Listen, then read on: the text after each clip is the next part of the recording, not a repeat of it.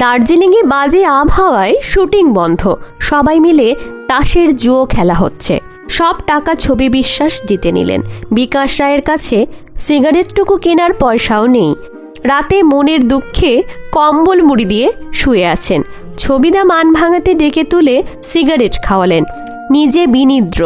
বিকাশ রায়কেও ঘুমোতে দেবেন না। ঘুমের ভান করে পড়ে থাকলে গা থেকে কম্বল কেড়ে নিয়ে বললেন, আমার সিগারেট ফুঁকলি ফুসফুস করে, আর আমার সঙ্গে জেগে থাকবি না? এত বড় বেইমানি তোকে আমি করতে দেব? ছবি বিশ্বাসের রসবোধ ছিল দেখার মতো। পাহাড়ি সান্যাল আর ছবি বিশ্বাসের একটা গল্প খুব বিখ্যাত। বহু মানুষের বয়ানে এ গল্প স্থান কাল পাল্টেছে। পাহাড়ি সান্যাল রেগে মেগে গজগজ করছেন, এটা নেই, ওটা নেই, সেটা নেই, এভাবে কাজ হয়? কোথাও একটুও শান্তি নেই। ছবি বিশ্বাস শুধু বললেন, শান্তি এখানে ছিল এতক্ষণ,